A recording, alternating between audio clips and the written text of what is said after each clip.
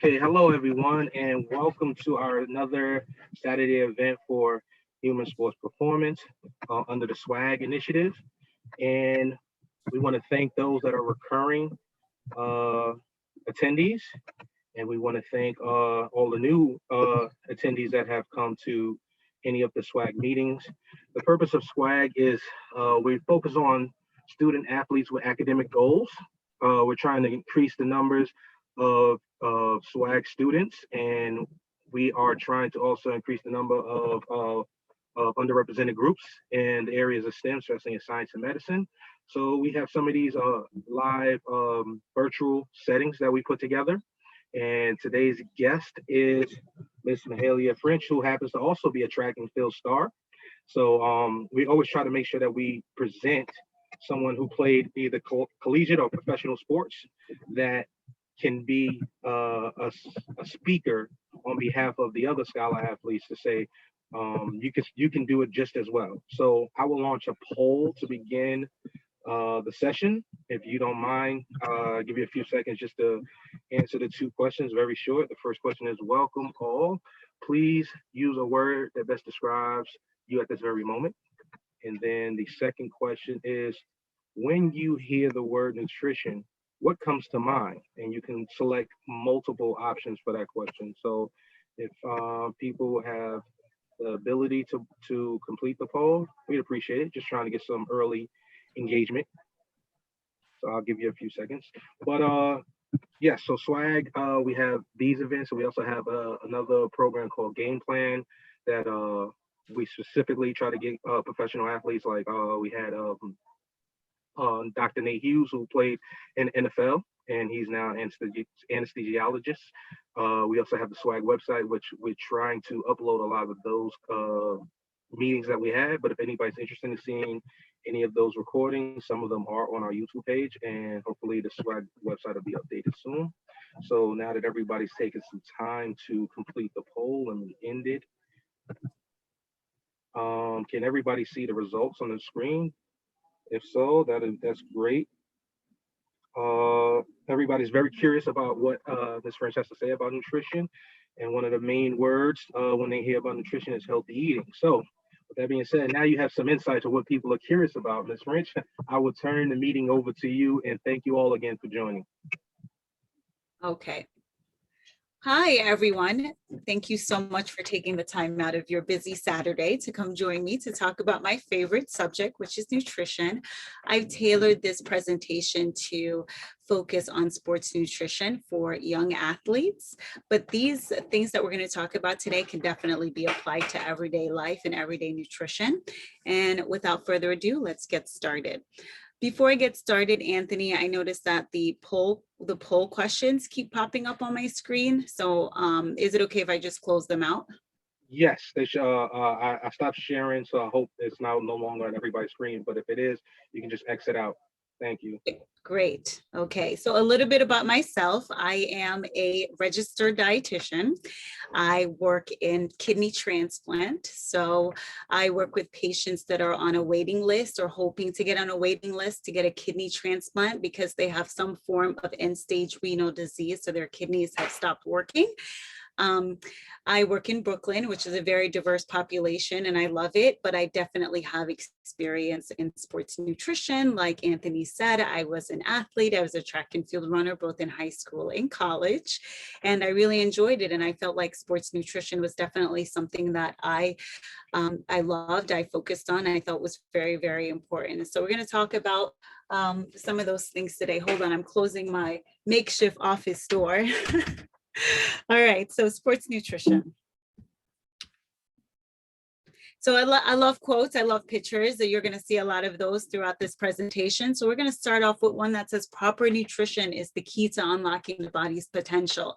And as I go through this presentation, I would like you to think about your own nutrition. Is it optimal? Is there areas where you could improve? And what is the potential? What is the goal that you feel like you are trying to reach both as a student and as an athlete that nutrition can help you achieve?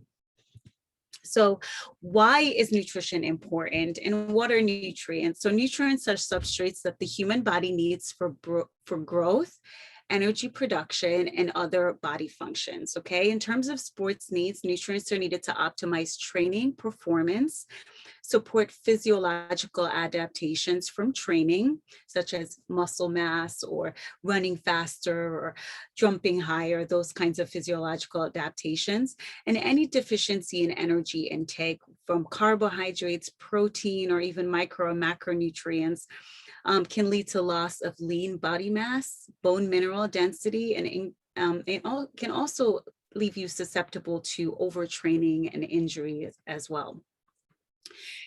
Inadequate nutrition can also affect endocrine and reproductive system disturbances, and that's very important because as young athletes, you're definitely in the growing phase, and you really want to make sure that you're meeting your needs. And what are those needs we're going to talk about now?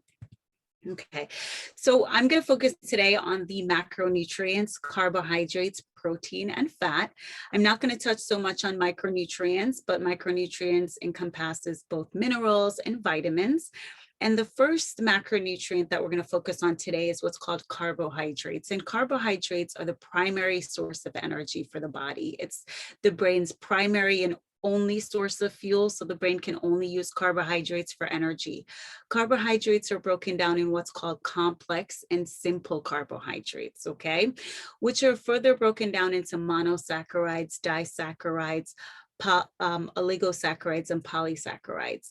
Monosaccharides are the simplest form of carbohydrates, and they are three types: glucose, fructose, and galactose. And I'm sure that we've all heard of glucose and even fructose. Disaccharides, on the other hand, are made up of monosaccharides. So there are two monosaccharides that form disaccharides, and they are sucrose, lactose, and maltose. So for example, lactose is made up of glucose and galactose. We're going to skip oligosaccharides and polyunsaccharides, but I do want to note that polysaccharides are the most abundant carbohydrates found in food, okay? So starches are a good example of polysaccharides, such as, for example, if you eat a sweet potato, you're consuming polysaccharides, which are then broken down by the body into the simplest form, which is monosaccharides.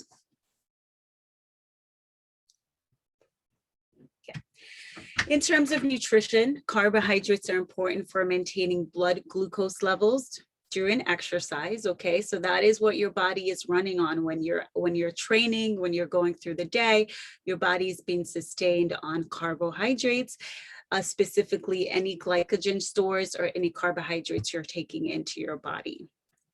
I will pause here to note that your body stores carbohydrates in two places. It stores carbohydrates in the kidneys, okay, and it stores carbohydrates in your muscle.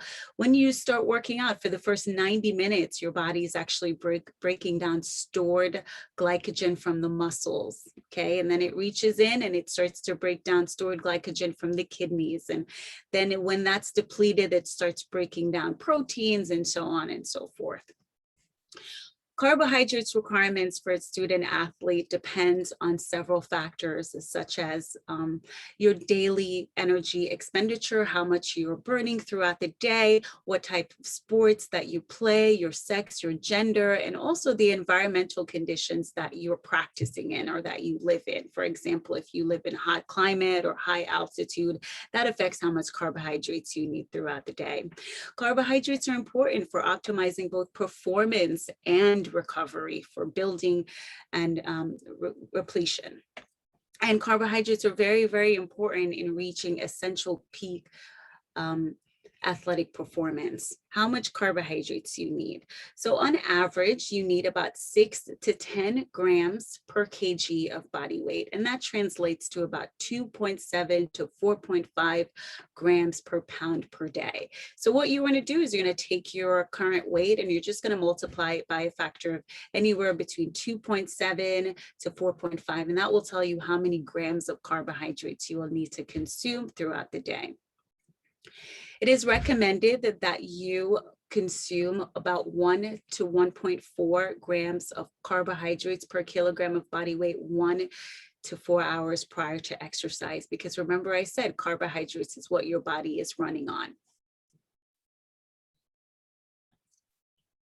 And before I move on, I want to really make a point to emphasize what are carbohydrates. So carbohydrates are broken down into fruits and vegetables. Starches are considered carbohydrates, sweets, juices, beans, and nuts are considered carbohydrates. So those are what I'm talking about when I talk about carbohydrates.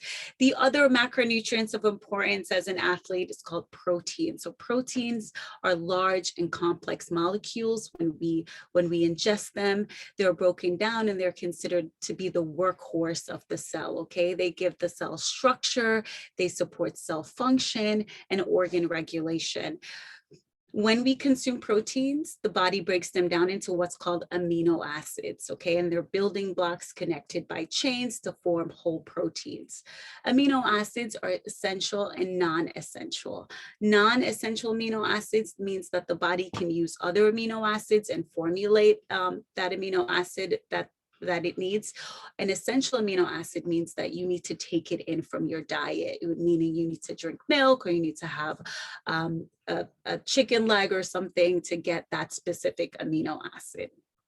Okay, dietary proteins, like I said, provide the necessary amino acids for the body to synthesize hormones, to synthesize new muscle cells. So protein is extremely important in the diet. Proteins are made up of proteins can come from animal sources and non-animal sources. So meat, fish, chicken, eggs, but you can also get a lot of protein from nuts and beans, and believe it or not, even some vegetables provide a small amount of protein to the diet. So a vegetarian, although it may be a lot harder to meet protein needs, can get adequate protein from a vegetarian diet. In terms of sports needs, protein is important for muscle protein synthesis and recovery. Protein also promotes what's called satiety. So what I mean is if you eat a slice of bread and you eat an egg, the egg will keep you satisfied for a longer period of time. Proteins help to maintain body composition. And any insufficient intake of protein can lead to muscle wasting, illness, and injuries. And all three of those are really bad as an athlete. Many factors determine optimal protein intake, similar to carbohydrates, such as the protein quality, how much energy you're taking in determines how much protein you need, your mode and intensity of exercise, or if you're a sprinter versus an endurance runner, you're definitely going to need different amounts of protein. And also the timing of your protein intake determines how much protein you should be having throughout the day. For the general public, we need about 0.8 grams of protein per kilogram of body weight. But as you can see here on the right side, when you're an athlete, you need upwards to about 1.2 to 1.7 grams of protein per kilogram of body weight, depending, again, on the type of exercise that you do. Strength training athletes need upwards to 1.6 to 2.0 grams per kilogram of body weight of protein. So a lot more if you're a strength training athlete. I would say maybe if you're a football player, if you're a weightlifter, or even an endurance runner, you're definitely going to need upwards to about 2 grams of protein per kilogram of body weight, which is significantly more than the non-athlete. I went the wrong direction here. So the last macronutrient of note is what's called fats, and fats play a role in joint structure, cell membranes, and hormone production. Fat is important in the diet also because it helps to absorb what's called fat-soluble vitamins or micronutrients. So A, D, E, and K require an exogenous source of fats to be absorbed adequately. Muscle growth is also dependent on a fat-based hormone. So if you're actually deficient in your fat intake, you're also going to be inhibiting muscle growth. Fats are digested very slowly, slower than both carbohydrates and protein. So it is not recommended that athletes consume a high-fat diet such as a keto diet, because that may inhibit your performance. Overall recommendations for fat intake is about 25 to 35% of your total energy intake should come from fat. And fats provide more calories per gram than carbohydrates and protein, as well as, like I said before, being digested very, very slowly. It is not recommended that athletes consume less than 20% of energy from fats, because then you're going to start affecting muscle synthesis. You're also going to be affecting cell membranes, hormone productions, and even your immune system will be greatly affected if you consume an extremely low fat diet, which is less than 20% of total energy intake. Okay. Although fluids are not part of the macronutrients, I'm going to go over it today because it's important as a student athlete. So water is the body's preferred source of hydration. It is what you want to go for. It is what you want to focus on, because cold water does several things for the human body, especially as an athlete. While you're exercising and you're training, you're making it through the day. Number one, it cools your body. It replaces lost fluid, and it also helps facilitate nutrients being brought into the cell. When you're eating protein, you're eating carbohydrates, you need fluids to help facilitate the digestion process. We are made up as human beings of 50 to 60% of water, and a 1% loss in our water makeup, and a 1% loss in our fluid can lead to not only reduced athletic performance, but also can affect our mental capacity. Fluid recommendations as an athlete is that you want to consume about 2 cups 1 to 2 hours prior to exercise to maintain adequate hydration. Every 20 minutes you're exercising, or every 20 minutes to an hour, you want to consume about 1 to 2 cups, depending on your height or how much you weigh. And then before you exercise, if you have the ability, you want to weigh yourself, and then you want to weigh yourself after, and you want to consume about 2 to 4 cups of fluid to replenish every pound loss. So I'm going to stop now, and I'm going to do my first polling question. And give me 1 second, Anthony. I would like question number 1 to be polled to the audience, please.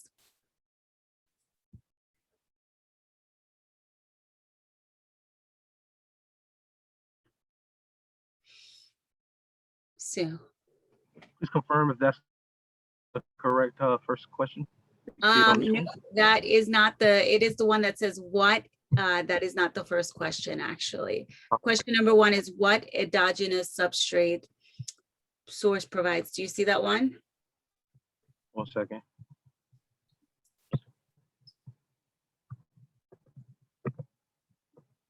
What? Start now. Yep. Okay, great. And endogenous means, for those of you that need clarification, is stored energies, energy that's already in the body, not energy you're consuming.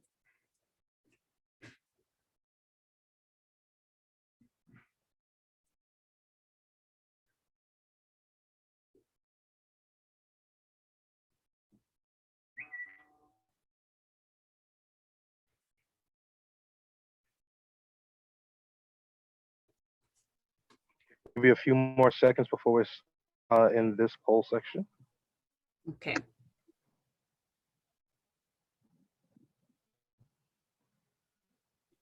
Okay. Thank you all. And share results. Can you see it on screen? Yes, wonderful. You guys are very, very smart. Good job. So I would say 56% of you got it right. And the answer is muscle glycogen.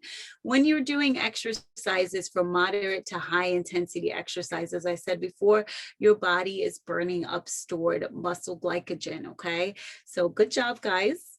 If you're exercising, for longer than, I would say, 2 hours, then your body is tapping into endogenous kidney source of liver stores of glycogen, excuse me.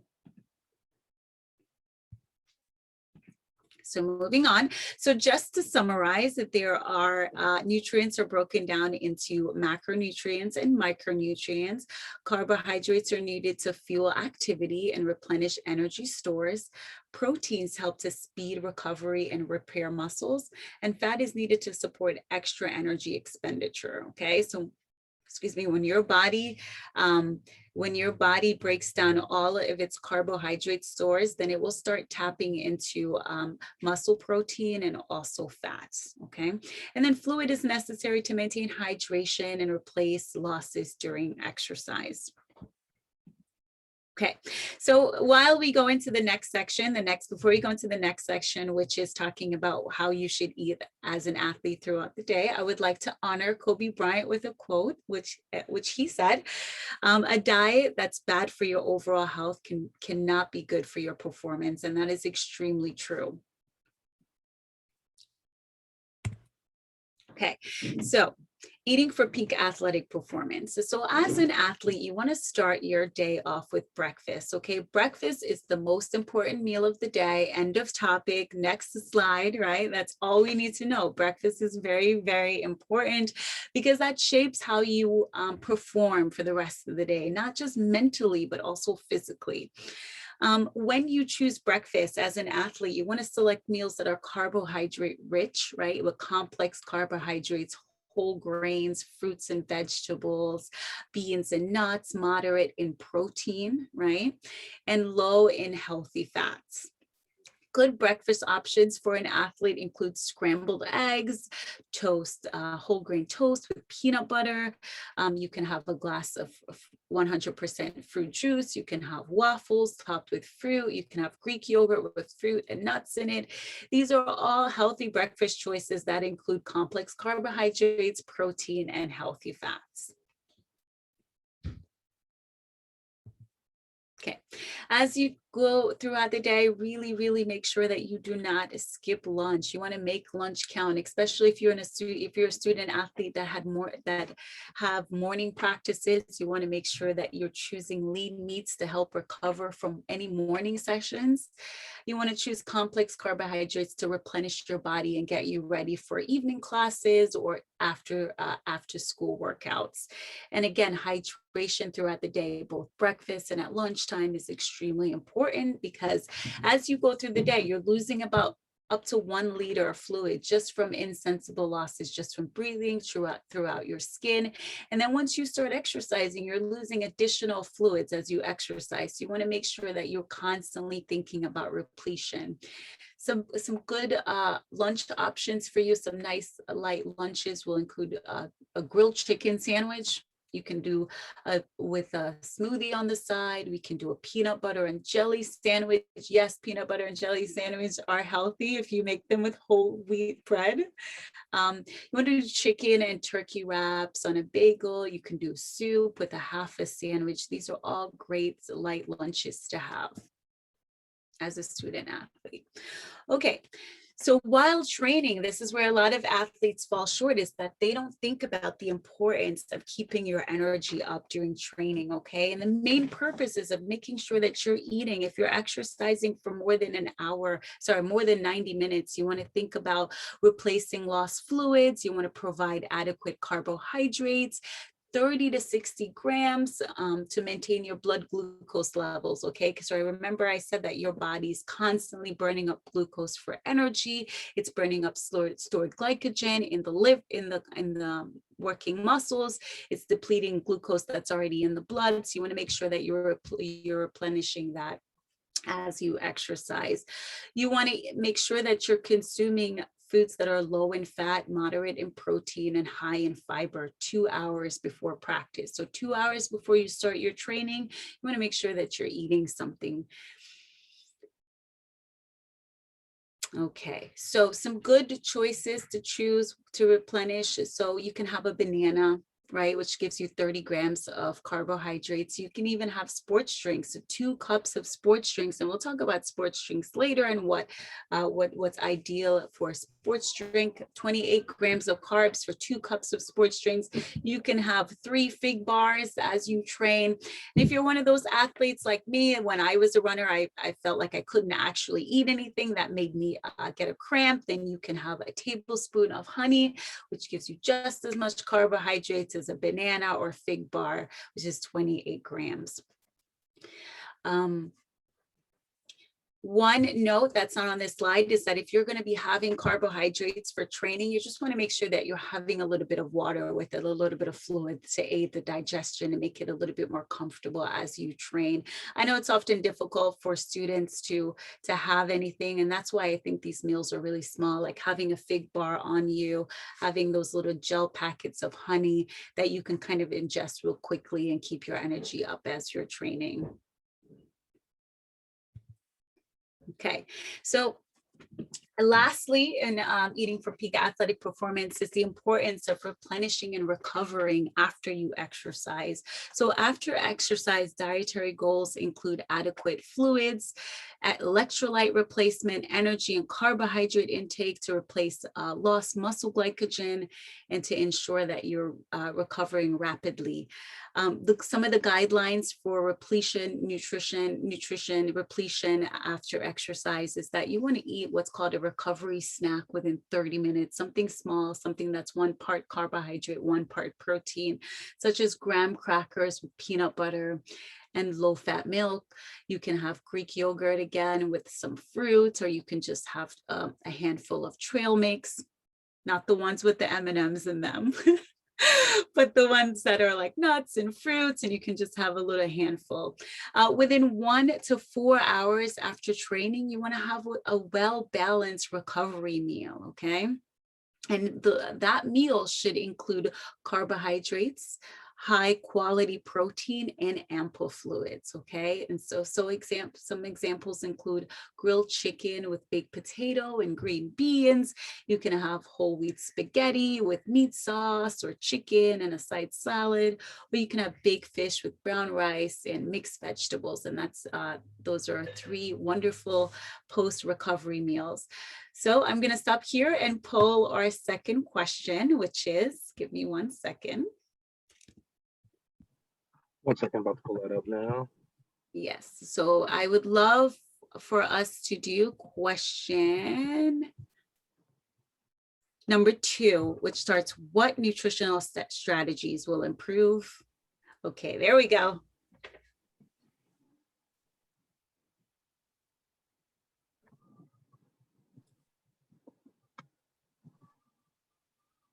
We'll leave the poll up for a few seconds. If everybody can take a second just to pick an answer, we'll have the correct answer for you shortly.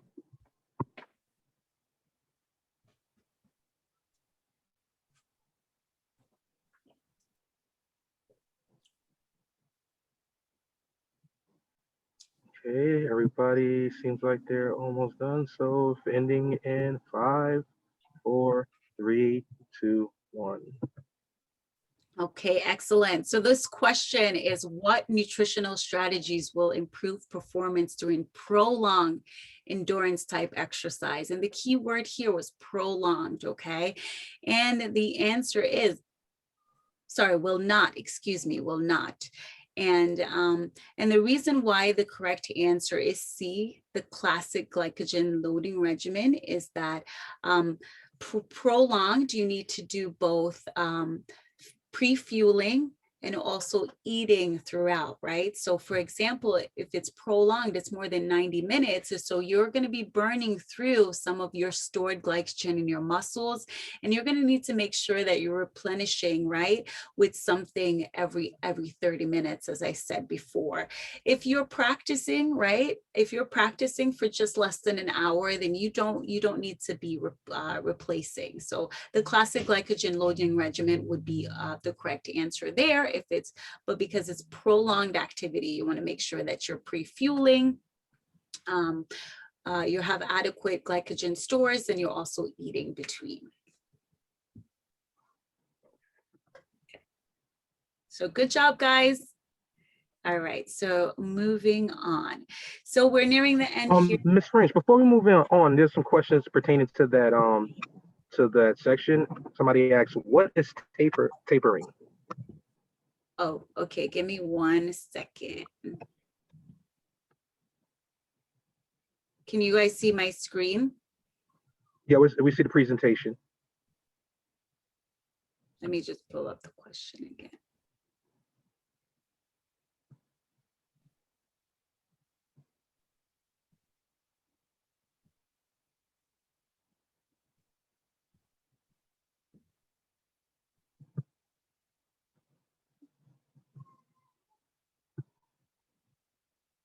So tapering, yeah, I was confused for a second because I don't think that that relates to nutrition or repletion during exercise. I think it's just one of those answer choices that are just thrown in to make the bank. I actually have never heard of tapering in terms of like nutrition and repletion. So I just don't think that that applies here. Sorry. Okay, thank you. Okay, yeah. Because when I think of tapering, it's not what I can't really relate it to nutrition in any way, if that makes sense. Related to exercise, but not nutrition. Okay. All right, moving on.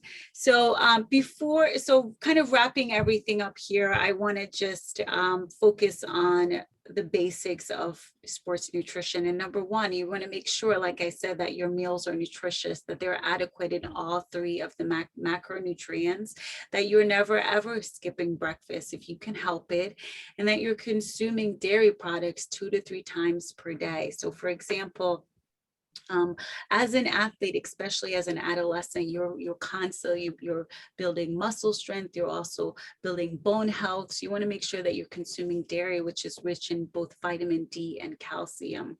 You want to get enough protein, right? And also iron-rich foods. Iron is extremely important, and adolescents, especially females, are notoriously deficient in iron. You want to consume 2 to 3 snacks with it and 3 additional meals throughout the day. You want to make sure that you're drinking enough water both before, during, and after exercise. And you want to consume a recovery snack and a well-balanced meal after exercise. And the most important, right? Sometimes we're eating very well and we're training very hard, but we're doing ourselves a disservice if we're not getting enough sleep.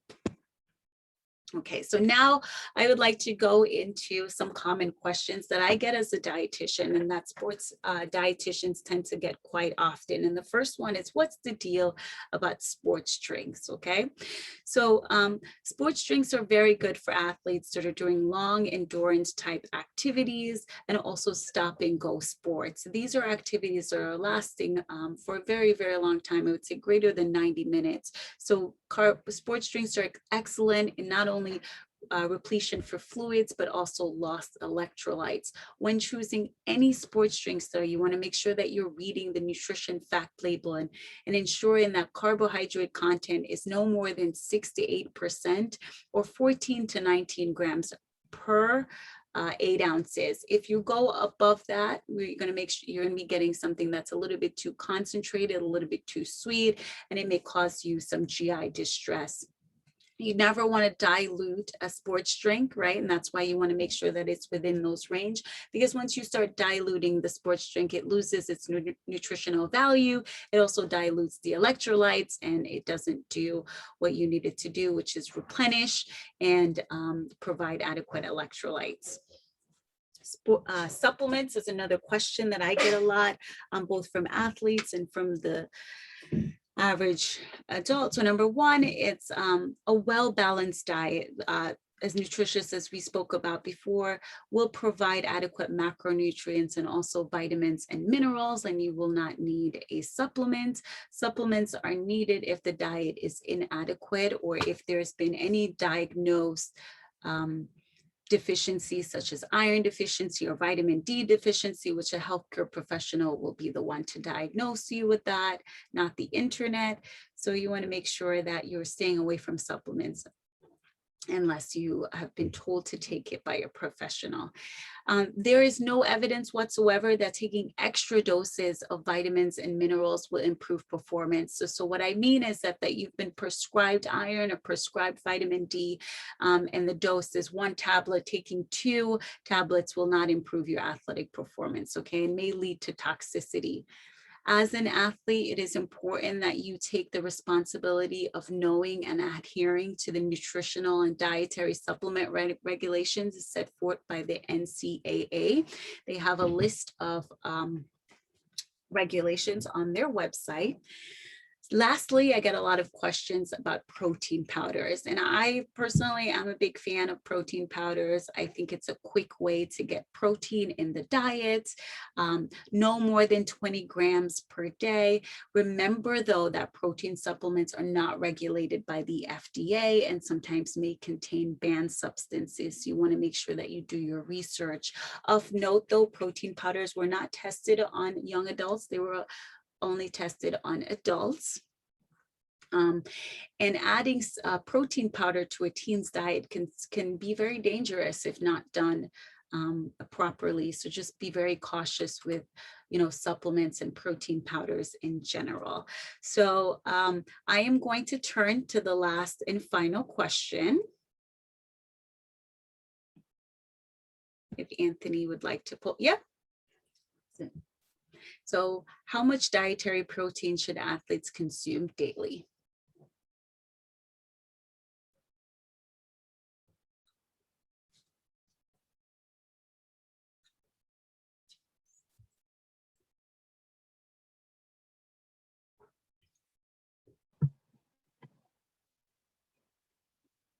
Give it a few more seconds.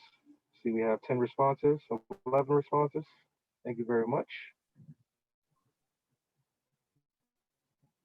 And we'll close out in 5, 4, 3, 2, 1. Oh, beautiful. Good job, guys. So remember I said the average adult, the average individual needs about 0.8 grams of protein per kilogram of body weight. Athletes need about 1.2 to 1.7. If you're doing strength training, you need greater than 2. So the majority of you guys chose answer C. So I'm very proud of you guys. Good job. Let's turn back to the presentation. And that is all I have for you guys today, the end. I'm going to open it up now to questions. If you guys have any questions about anything that I've talked about or any personal questions, I'm here another few minutes and I'll be happy to answer. Hey, I saw some questions in the chat window, so we like to call on participants and just ask them to use their voice. They have the ability to come off camera and show their face, so just that the people that are watching and the post edits can see that there's some audience engagement. So Charlie, can you please ask your question if you don't mind coming off the mute or off camera? Thank you very much.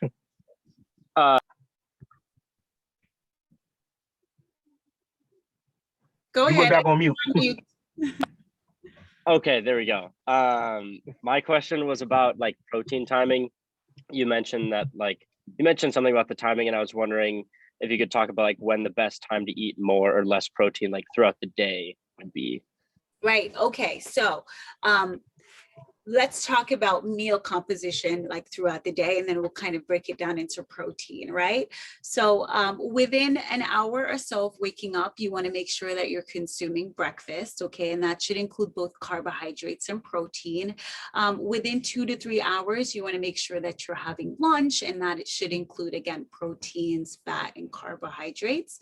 And then also, 30 minutes after you work out, you want to make sure that you're consuming a quick protein snack or carbohydrate snack. Before you exercise, though, for protein timing, if you want to consume like a protein shake or a protein bar before you exercise, I would say within 1 to 2 hours, you want to make sure that you're eating something. And then 30 minutes after you exercise, you want to try to get a carbohydrate and a protein together, okay? There is no point, there's no benefit to having protein by itself without carbohydrates. Okay, so you want to kind of combine those two 1 to 2 hours before you exercise, so it's not causing any kind of GI distress. And then 30 minutes after, you can have a quick recovery snack. Okay, I hope that answers your question. Yes, thank you. Okay, so another question from Kalichi, if you don't mind coming off of mute or camera and asking a question directly. Okay, I don't see them in the chat, but the question says, do you think you could give us a PDF of like a schedule where we can just eat certain foods any particular time, like a selection of foods to pick from each time period? Oh yeah, of course, absolutely. I can definitely put together kind of like a day plan for an athlete, if that's what you mean. And I can definitely. I think that's even what. That's a question I get a lot. Can you just give me a diet plan? So I absolutely so can. If anybody else has any questions, please feel free to come off mute and ask a question. Okay. So yeah, I think I mentioned this to Mr. Smalls earlier. I was wondering where we can get a PDF of everything that you were showing us. Yes. If I'm more than happy to share slides, if you'd like also. That would be great. If everybody doesn't mind, Ms. Fresh, could you put your email in the chat box for everybody that have, if they have any questions later on that might come up? Yes. But in the meantime, I had a question just in case. Oh, Rolly Hampton just raised his hand. Please feel free to come off mute or camera and ask your question. Hi, thanks for the presentation. That was great. You're welcome. So I had a question about protein powders. So you mentioned that we should be cautious when consuming them. I was curious to know what sorts of things we should be looking at to assess whether or not, they're dangerous. Because I guess it is sort of controversial, but I've heard people saying that protein powders can cause liver damage, kidney damage. And also the fact that, I guess, since you mentioned it's not FDA regulated, there's no way to know exactly what's contained in the protein powders. So I was just wondering whether or not you had any thoughts on that. Yes. Okay. So I know a few reputable brands off the top of my head because I was also a personal trainer. And so what I can do is that I can actually go to the end.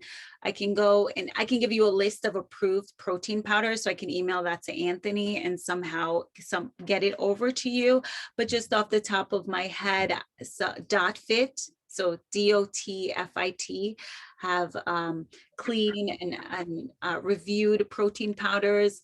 Also Vega is another plant-based protein that I know is safe for student athletes, but I can definitely send you a complete list of protein powders that are approved and what are some banned substances, if that's okay.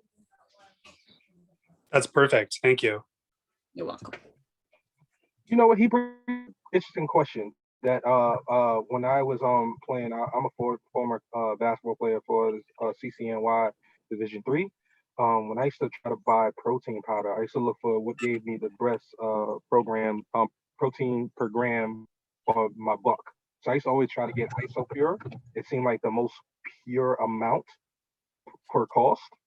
When we look on the back of the label, is that the best thing to go by? Like what gives us the more protein grams per scoop? That one I think gave 50 grams per scoop. Right. Yeah. No. Okay. So that a lot of.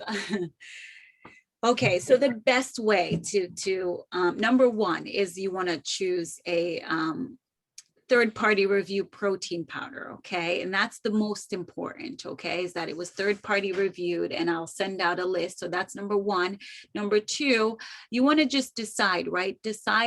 Determine how much protein you need throughout the day. So for example, if you need, I'm just throwing out a number, 100 grams of protein, and you're able to consume 60 on your own through just eating your 3 meals and your snack, and then you decide, right, you know, I need an extra 20 grams, and your protein powder happens to provide 20 grams of protein per scoop, that's all you need, right? You may not need something that provides 50, because one thing that the gentleman that just asked the question said is that, you know, extra protein, especially for young adults and growing students, if you get too much protein, you can actually damage your kidneys, not your liver. You can damage your kidneys. So if you need an extra 20 grams of protein, that's all you need. It's not necessarily good for you if you're getting more protein per scoop. That makes sense. Thank you for that clarity. Does anybody else have any other questions? I just want to add one other thing to that, though. What you want to do is you having just a general idea, sitting down as an athlete and working out the numbers, working out, hey, I'm 65 kg. The dietitian thinks I need 1.2 grams of protein per kg. I need 2.7 grams per kg of carbohydrates. Just logging your food in some kind of app and seeing where you line up will give you the best idea. If do I need extra protein? You may not need extra protein. So kind of just logging and seeing how much you're taking in general and where you're having any deficiencies, a good way to start before we turn to having extra protein, because you may or may not need it. So I see a question, hands raised by two people. Coach Connor came up first. So Coach, if you don't mind coming off mute or camera and asking your question. Yes, I'm here. Thank you. Hey, good morning, everyone. Thank you for the presentation. I really appreciate it. First and foremost, like the others, we definitely would inquire about the PDF version of this so we can see it visually and present it to the athletes. So that would appreciate that.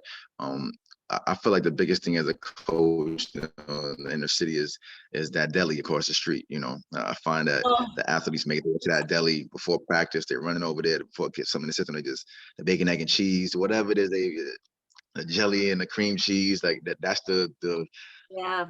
I'll play it right there. That's our enemy right there. So I guess something that they can grab from the deli that's quick. I know we have a list of stuff in there, but just to make sure that the deli has those resources of those things that we need as well, to make sure that the athletes have that, you know, because they, rather than the junk food, I think that if we could find that in the delis around the neighborhoods, I think that would help our student athletes out.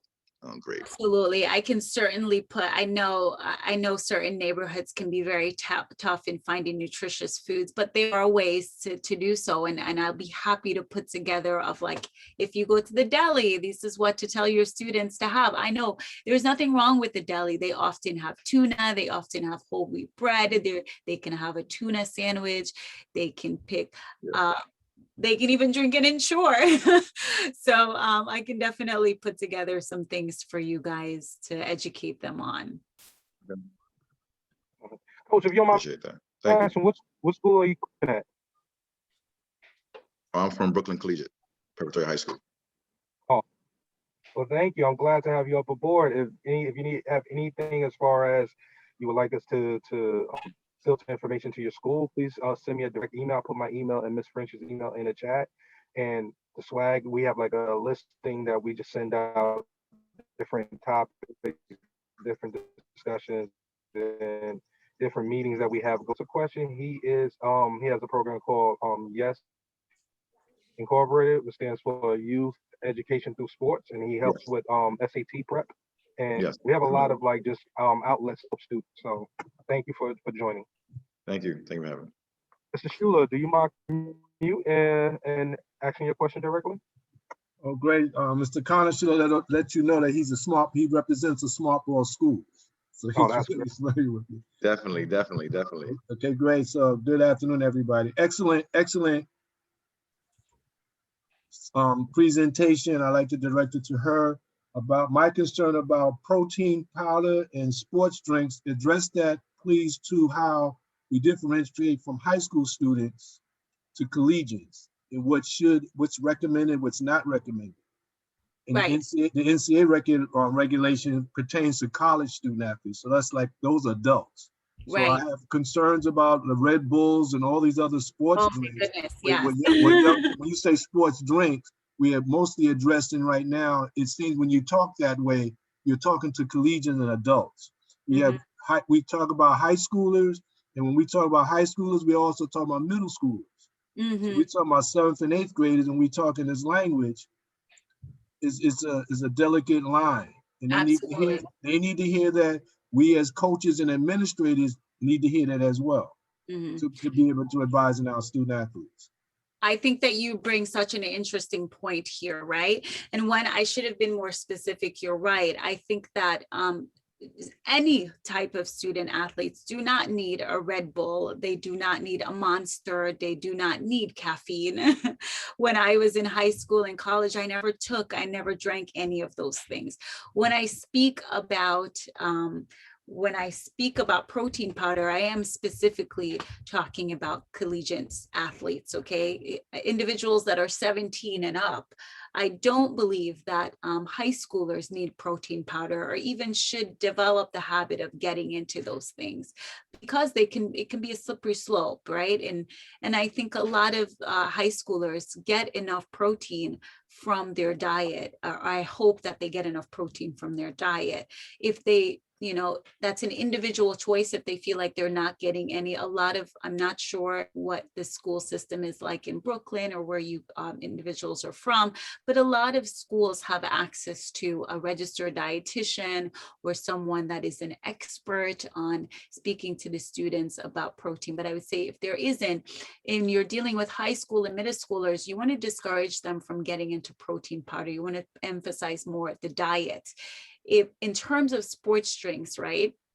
I'm going to send out a list. My email is here, and I want you guys to just shoot me individual questions and sports drinks, and I'll send out a list, because high schoolers, middle schoolers, college kids, they can have repletion sports drinks, okay? But it depends on the type, and it depends on the activity. So I always preach water. If these high schoolers or college students are out there exercising, my practices used to be in the summer for hours. I would have track meets that were all day, and I would say absolutely I needed a sports drinks for repletion. Water just wasn't going to cut it.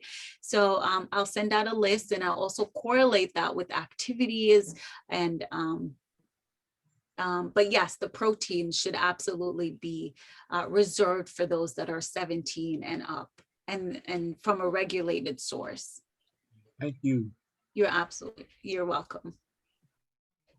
So, Mr. brings up an interesting point, which if anybody is here that currently plays sports, I would like to, if you can speak to the foods that we eat that make us sluggish, sleepy, tired versus the energetic foods. Can you list some of the foods that give you a lot of energy versus the foods that will definitely make you sluggish or sleepy? Right. So foods that give you a lot of energy are foods that are very low in fat. Okay. So things that are fast food and processed foods. Okay. Like going across to the deli and getting a cream cheese sandwich that's very high in saturated fat and having it on a bagel. Bacon, egg, and cheese sandwich is not a good way to start your day. You're just going to be sluggish throughout the day. It's going to sit in your stomach. Nutritious foods that are whole grain, high in fruits and vegetables. So a good breakfast for a student athlete would be eggs with a slice of whole wheat toast. They can have yogurt. It's low in fat. It's high in protein. It's adequate in carbohydrates. A bowl of cereal, non-sugary cereal with some fruits in it. It's going to give them a lot of energy, not just for student athletes, but for everyone. Okay, breakfasts that are not going to, it's bacon, sausage, pancakes with syrup, anything that's very high in fat and low in dietary fiber is going to make you feel very sluggish throughout the day. As we go into lunchtime, I would say a nice clean turkey sandwich, a chicken breast with a side of protein, any kind of salad, any kind of tuna sandwich is going to be good. I don't recommend that if they're a student athlete, they have pizza or hamburgers or cheesesteak. These are all things that they served when I was in high school, and that is just not going to be good for them post after school when they need to go work out. They need to focus on whole grains, lean sources of protein, and if they can just grab an apple or any kind of vegetables, that would be good for them. But I would say it's very, very important that they stay away from fast food, because that is very detrimental. Like I said, high fat foods have not been proven to be good for athletes in general. It slows tremendously down their performance. Thank you. The only reason I asked that question because I always think of this episode when I was a little younger, around high school. There was an episode of The Simpsons where Lisa was explaining how athletes need to eat certain foods in order to have the energy that they need. So I noticed steak will make you logy. So every time I ate a steak or something with a lot of beef or a lot of meat, definitely felt very sleepy afterwards or sluggish. Yes. So that's why I asked that question. Because red meat is high in what's called saturated fat. And if it's high in saturated fat, what it does, it sits in your stomach. Remember in my presentation, I said, out of all the nutrients, fat is absorbed the slowest, right? So it kind of just sits there for hours. It's preferable that patients, my goodness, athletes have chicken, protein, or fish throughout the day. And in general, red meat recommendations are 1 to 2 times a month. That's it, right? So we should not be consuming red meat on a regular basis. It's extremely unhealthy, especially if you're an athlete. And also, student athletes are still in developmental phase. They're not adults. So they're having a harder time processing these nutrients than you and I would be as adults.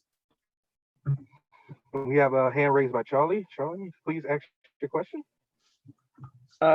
Yeah, so you mentioned fats and you mentioned fats during the presentation. Are there certain types of fats that we should be like staying away from? And like, what are those fats? Yes, I know. Great question. I was, while making the presentation, I was like, should I go into this or should I just not? Okay. So there are 4 types of fats. They're monounsaturated fats and polyunsaturated fats, and then your trans fats and saturated fats. Okay, the good healthy fats are fats from olive oil, canola oil, believe it or not. Okay,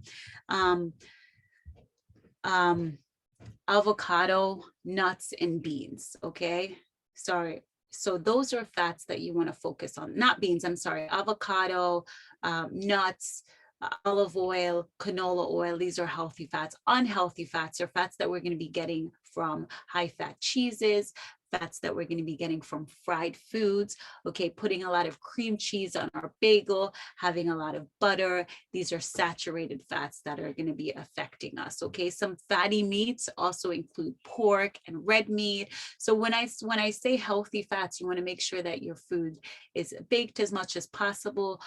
Not fried. You want to make sure that you're incorporating nuts as much as possible throughout the day, that you're having avocados if you can, that if mom and dad is out shopping and you're shopping with them, say, hey, mom, can you get olive oil or can you get canola oil instead of the vegetable oil or corn oil? That's what I mean when I say healthy fats. And also really, really be very careful with, spreads like cream cheese and butter, and also a lot of gravy and a lot of sauces. Because believe it or not, we're getting a lot of saturated and trans fats when we have meats and sauces and gravies, because it's all fat and it's all butter. Awesome. Thank you. You're welcome. Expound and ask a question on that information you just gave. So when I was in college, one of the professors mentioned this, the term fight or flight, and he was saying that a lot of times when your eye sees something, it tells your body that it's gearing up for war. So you're either going to fight or you're going to flight. Right. So when you have stress, your body reacts the same way. It either gonna gearing up to think that something's about to take place physically. So you're gonna lubricate itself to fight or flight.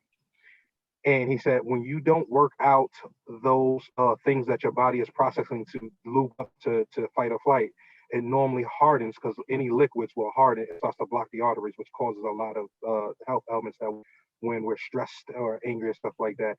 Does that also apply to the sauce and butter and saturated fats that are supposedly liquid when we heat it up, but when it gets in your body, cools off and starts to harden, and that's the reason why it slows you down and makes you sluggish? Absolutely. So when you're having a very high saturated, or just let me not even get into the different specifics, when you're having a lot of fat in your diet, right? And you're not backing it up with dietary fiber, or even exercise to help your body clear the fat, what happens is that your body starts storing the fat droplets in your arteries. And after a while, your arteries will become thickened and starts to be being blocked. So some of the recommendations, that's why fat, saturated and trans fat is supposed to be less than 7% of total energy intake. And some of the recommendations that you have a high fiber diet. When I say fiber, I mean nuts, beans, fruits, and vegetables, because what the body does is that what the fiber does is will trap the fat and kind of get it out of the body so it's not building up. And also exercise. When you exercise, your body will start burning up some excess fat storage, right? And so that it's not depositing around your body, in your cells, in your organs. So yes, I hope I'm answering your question. I think so. I was just trying to connect the two that we was talking about sauces, and I always heard that if you look at when you like grease in a pot, if you watch it cool off, it starts to thicken and get hard. That's kind of what happens, yes. Yeah. It's absolutely, that's why saturated and trans fat's so bad for you, because if you look, I mean, all you have to do is Google fats and arteries and cholesterol and that triglycerides, and you'll see what happens to the arteries or the blood vessels when you have a lot of fat in your diet. But yes, this is what happens. But I would say exercise and increased fiber is definitely the two biggest things to kind of push back against that from happening. Thank you so much. If there is any more questions, yes, hand in the question. roll. Yes. Hey, sorry, just another, I guess I had two questions for you. So I wanted to get your thoughts on fasted cardio for the purpose of, I guess, cutting, and also your thoughts on calorie counting and whether or not you think it's essential to determine, I guess, whether or not we're getting adequate calories so that we know whether or not we're over consuming or under consuming. Right. So the first question is in regards to what? I'm sorry, cutting, like if you're Yeah. So just if you're trying to lose weight, okay, yes. I know some people do some fasted cardio to my understanding, I feel that it's because your glycogen levels are low. So therefore you're tapping into fat. Yes. But I've heard that can also be extremely stressful on the body. So I just was curious to know if you had any thoughts on that. Yes, so I have thoughts. Let me take a second to gather my thoughts, because I have thoughts on this.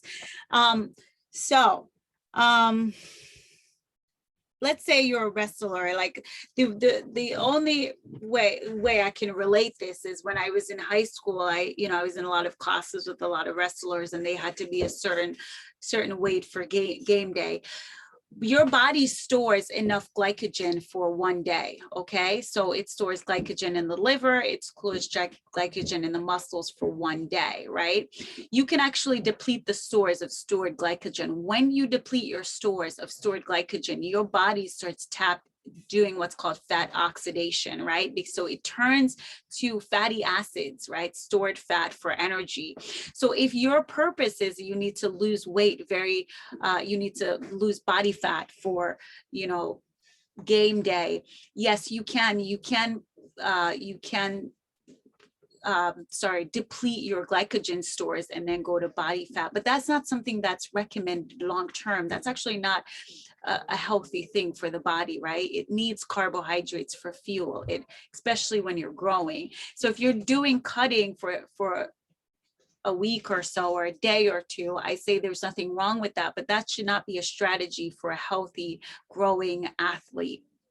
And then your next question was, what was your next question? Thanks for that. That answers my first one. The second one was just about calorie counting and whether or not you would recommend it.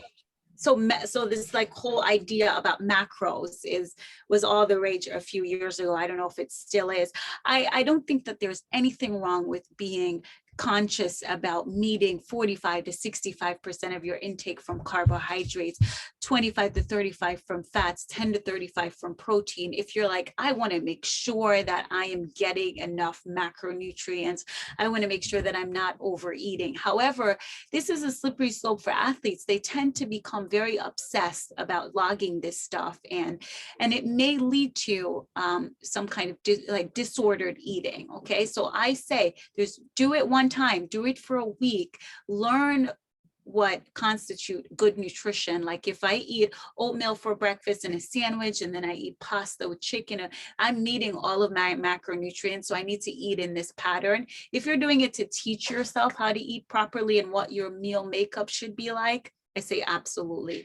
If you're kind of getting into this obsessive phase about counting your macros and logging your macronutrients, I do believe that this is a slippery slope. So there's nothing wrong with it if you're trying to teach yourself how to eat properly.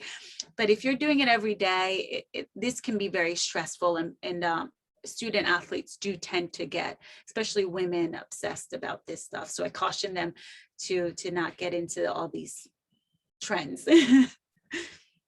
Thanks so much. That's helpful. You're welcome.